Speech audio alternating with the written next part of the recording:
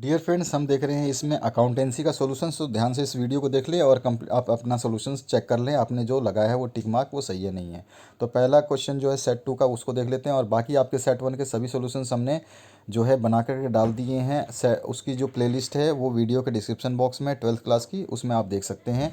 तो पहला क्वेश्चन है इसमें, साझेदारी संलेखन बनाना है यानी preparation of partnership deed is. तो ये ऐच्छिक होता है, ज़रूरी ज़बरदस्ती नहीं है कि कोई आपसे करवा ले। ऐच्छिक होता है यानी वॉलेंट्री होता है। बी ऑप्शन करेक्ट कर लीजिए। सेकंड ऑप्शन क्वेश्चन जो है, पुण्य मूल्यांकन पर होने वाला लाभ हानि अनुपात बांटा जाता है। तो किस में बांटा जाता है? The profit and loss on revolution is distributed in the ratio of old and जो है लॉस रेशो में, old profit and loss ratio, पुराने अनुपात में बांटा जाता है। तीसरा है, ऋण पत्रधारी कंपनी के खालिस्तान मतलब क्या होते हैं? तो ये लेनदार होते हैं, क्रेडिटर्स होते हैं। Debenture holders are of the company are creditors. उसके बाद में हम चौथे क्वेश्चन की बात करें तो इसमें आपका पूछा गया है, विशिष्ट दान यानी कि स्पेशल डोनेशन क्या है? ये तो पूंजीगत प्राप्ति है यानी कैपिटल रिसिप्ट्स है ये। पांचवा क्वेश्चन है, अदत्त व्यय को लिखा जाता है, outstanding expenses is recorded in. तो आय और व्यय खाता में लिखा जाता है इन इनकम एंड एक्सपेंडिचर अकाउंट। ठीक है, आगे बढ़ते हैं नेक्स्ट सिक्स्थ क्वेश्चन पे।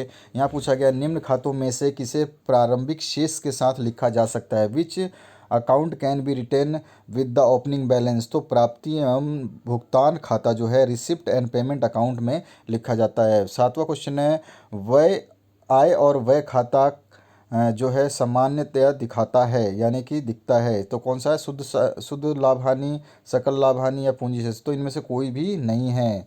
ठीक है, ध्यान रखना है। Income and expenditure account is generally shows. तो नेट प्रॉफिट भी नहीं देगा, ग्रोस प्रॉफिट भी नहीं देगा और कैपिटल फंड भी ये नहीं देता है। तो नन ऑफ दीज यानी कि आपका इसका डी ऑप्शन करेक्ट कर देना है। आठवां क्वेश्चन है, एक सामान्य साझेदारी में साझेदारों की अधिकतम संख्या होती है। तो इसकी अधिकतम संख्या कितनी होती है? 50 होती है। दूसरे बोर्ड्स के क्वेश्चन जब हमने सॉल्व किए तो वहाँ पे भी ये क्वेश्चन पूछा गया है, काफ़ी इंपॉर्टेंट क्वेश्चन है, ध्यान रखना है आपको।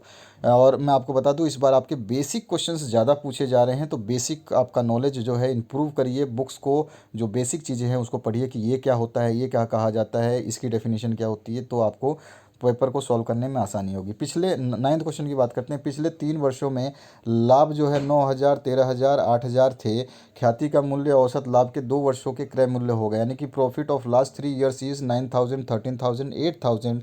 The value of goodwill at 2 years purchase of average profit will be. तो एवरेज की बात हो रहा है, तो एवरेज में हमेशा क्या करते हैं, जो संख्याएं, जितनी भी संख्याएं दे रखी हैं उनको आपस में जोड़ देते हैं और जितने नंबर संख्याएं हैं, मतलब संख्याएं कितनी हैं, 1 2 3 4 5 6 7 8 10, कितनी संख्याएं हैं गिनती में, जैसे कि यहाँ पे संख्याएं 1 2 3 है, तो तीनों संख्याएं हैं तो तीनों संख्याओं को जोड़ देंगे और तीनों संख्याओं को जोड़ने के बाद 3 से ही भाग दे देंगे, क्योंकि 3 ही संख्याएं हैं तो 3 से भाग दे देंगे, ये एवरेज निकल जाएगा। और कितने साल के लिए निकालना है? 2 साल के लिए, तो 2 से गुणा कर देंगे। तो हमने तीनों संख्याओं को जोड़ा तो 30,000 आया और 30,000 को 3 से ही भाग दिया क्योंकि तीन ही संख्याएं हैं, तो ये कट के 10,000 हो जाएगा। और 10,000 को जब 2 से गुणा करोगे 2 साल से, तो 20,000 आंसर आ जाएगा। तो इसका आंसर क्या हो गया? 20,000। ठीक है, तो 20, इसका बी ऑप्शन जो है करेक्ट है। अब हम 10वें क्वेश्चन की बात करते हैं। प्राप्ति अनुपात जो है वो क्या कहलाता है? Gaining ratio. तो न्यू रेशो ओल्ड रेशो जो है इसका अनुपात होता है, ये ध्यान रखना है आपका। गेनिंग रेशो क्या होता है? न्यू रेशो और ओल्ड रेशो को जो है अनुपात कहलाता है, नया और पुराना अनुपात, न्यू एंड ओल्ड। ठीक है, तो एन ओ बोल सकते हैं शॉर्ट फॉर्म में, एन ओ, नो यानी कि न्यू रेशो और ओ मतलब ओल्ड रेशो। अब आगे बढ़ते हैं। 11वां, कंपनी अधिनियम 2013 के अनुसार किसी कंपनी के आर्थिक चिट्ठा को प्रस्तुत किया जाना आवश्यक है। As per company act 2013 the balance sheet of the company is required to presented in. तो लंब रूप में यानी कि बिल्कुल वर्टिकल, खड़े खड़े यानी कि वर्टिकल फॉर्म में, ऊर्ध्वाधर रूप जो बोलते हैं हम इसको हिंदी में, या लंब रूप बोल सकते हो, इस फॉर्म में। बी ऑप्शन करेक्ट करना है आपको। 12वां जो क्वेश्चन है इसकी बात करें तो लघु अवधि के कर्ज एक कंपनी के आर्थिक चिट्ठा में शीर्ष के अंदर दिखाया जाता है, तो चालू दायित्व, बी ऑप्शन करेक्ट कर लेना है। Short term borrowing appears in the company balance sheet under the head of current liabilities. 13वां क्वेश्चन है, अलिखित दायित्व को ले जाया जाता है और पूर्णांकत खाते के किस भाग में? नाम पक्ष में, यानी कि in debit side unrecorded liabilities is be taken. ठीक है, इन रिवोल्यूशन अकाउंट। ध्यान रखना है, ए ऑप्शन करेक्ट कर लेना है। 14वां जो क्वेश्चन है इसमें रोकड़ प्रवाह विवरण तैयार किया जाता है तो आर्थिक चिट्ठे से भी, लाभ हानि से भी और अतिरिक्त सूचनाएं से भी, यानी कि cash flow statement is prepared from balance sheet, profit and loss and additional information. तो all of these, D option इसमें आपको करेक्ट कर लेना है। इसके बाद में 15वां जो क्वेश्चन है आदर्श तरल अनुपात है, यानी कि आइडियल लिक्विड रेशियो हमेशा 1:1 होता है, 1:1 होता है। ध्यान रखना है आपको, आपका 1:1 होता है। उसके बाद में लाभ व हानि खाते विवरण खालिस्तान भी कहते हैं तो आय विवरण भी कहते हैं, यानी कि statement of profit and loss is also called income statement. इसके बाद में 17वां जो क्वेश्चन है ऋण पत्रों पर ब्याज की दर होती है, यानी कि rate of interest on debenture is fixed, हमेशा निश्चित होती है, ब्याज की दर निश्चित होती है। 18वां क्वेश्चन है एक कंपनी का खालिस्तान होता है तो पृथक पूंजी खाते होते हैं, स्थायी जीवन होता है और आप स्थायी जीवन होता है और सीमित दायित्व होता है, यानी कि सेपरेट लीगल एंटिटी होती है और परपेचुअल एक्सिस्टेंस होता है, लिमिटेड लायबिलिटीज, ये सारी चीज़ें होती है कंपनी के पास। तो ऑल ऑफ दीज इसमें आ जाएगा, डी ऑप्शन इसको करेक्ट करना है आपका। इसके बाद में 19वां जो क्वेश्चन इसमें पूछा गया ए बी सी 1/2, 1/3, 1/6 के अनुपात में लाभ बांटते हैं, सी अवकाश ग्रहण कर लेता है तो आपको अनुपात बताना है। A B C are share profit ratio जो है उनका दे रखा है 1/2, 1/3, 1/6, तो सी रिटायर करता है तो इसका रेशो क्या बचेगा वो बताना है। तो देखिए कभी भी ऐसा क्वेश्चन आए तो आपको जो रेशो दे रखे हैं तो उसके नीचे वाला सबसे बड़ा रेशो कितना है, तो आप देखोगे 1/2, 1/3 और 1/6 दे रखा है, तो आप देखोगे नीचे में सबसे बड़ा क्या है, 6 है। तो 6 सब जगह आना चाहिए, इसके साथ भी 1/3 की जगह पे भी 6 आना चाहिए नीचे, और 1/2 में भी नीचे 6 आना चाहिए, नीचे ही 6 आना चाहिए, ऊपर कुछ भी आए। तो हम क्या करेंगे, बस सिंपली क्या करेंगे, मैं आपको थोड़ा सा इसको बड़ा करके दिखा देता हूँ, फिर वापस मैं छोटा कर दूंगा तो यहाँ से आपको आसानी होगी।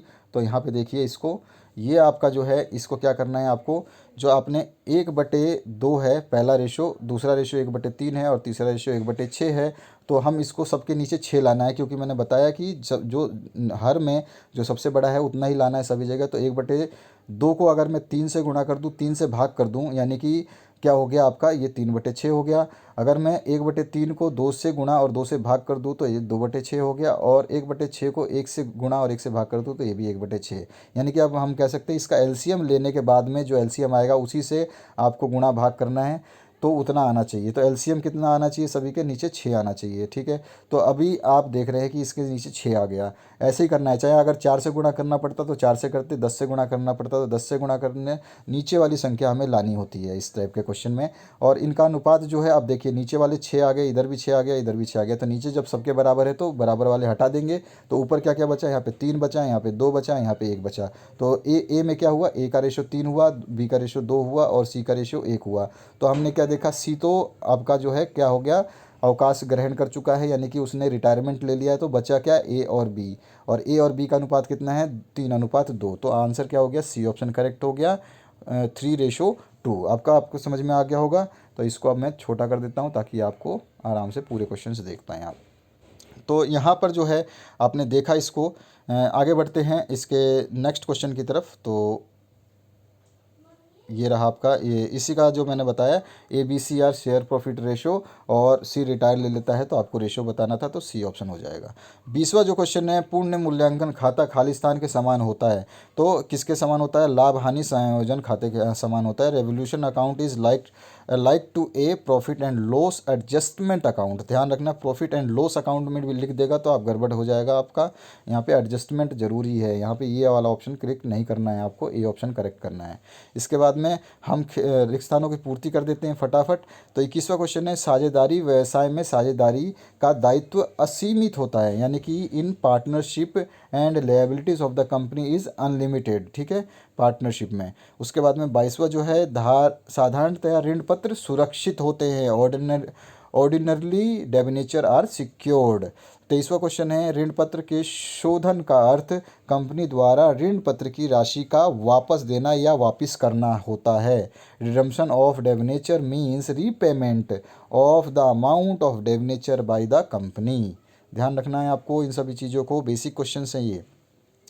चालू अनुपात के लिए आदर्श अनुपात जो होता है वो 2:1 होता है। हमेशा ध्यान रखना है कि करंट रेशो जो होगा वो 2:1 होगा। Ideal friction for the current ratio is 2:1 और लिक्विड रेशो के लिए 1:1। अभी अभी हमने ऊपर करा था।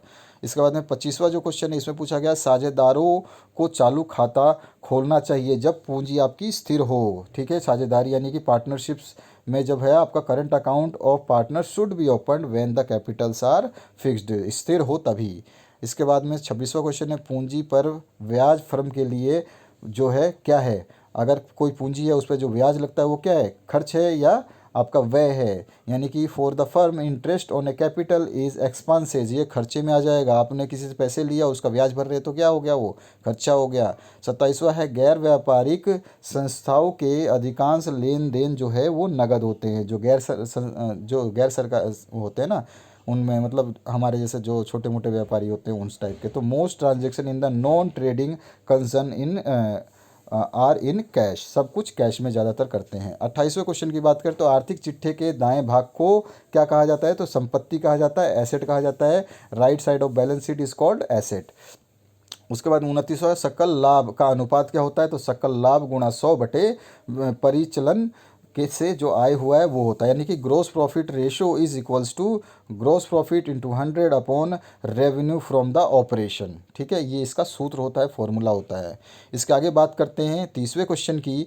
तो मैं आपको बता दूं जिसको भी ये पीडीएफ इस आंसर के साथ में चाहिए तो आप वीडियो के डिस्क्रिप्शन बॉक्स से डाउनलोड कर लेना, और पासवर्ड मांगेगा तो आप उसमें 100 डाल देना, 100 डाल देना, तो वो पासवर्ड से खुल जाएगा, आपके पास रहेगा आंसर के साथ में। जैसा आप अभी देख रहे हैं स्क्रीन पे ऐसा ही पासवर्ड के साथ में आपको वो मिल जाएगा, ध्यान रखना है आपको।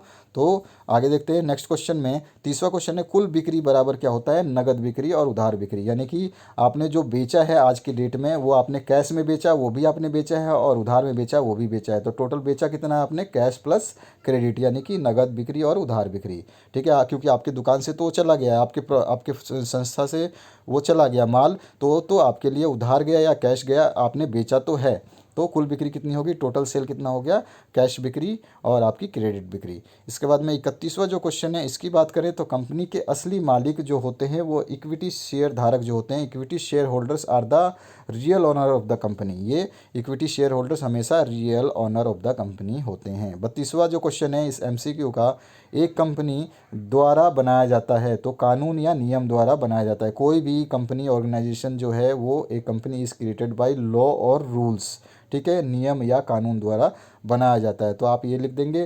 तो ये हो गया आपका आंसर। इसका पीडीएफ जैसे मैंने बताया आप डाउनलोड कर सकते हैं, वीडियो के डिस्क्रिप्शन बॉक्स में दे देता हूँ मैं, और वहीं पर आपका 12th क्लास का प्लेलिस्ट है जिसमें सारी की सारी आपकी जो है हमने जो A1 सेट सोल्यूशन किया है वो सारे आपको वहाँ पे मिल जाएंगे वीडियो के रूप में, आप उनको भी देख सकते हैं।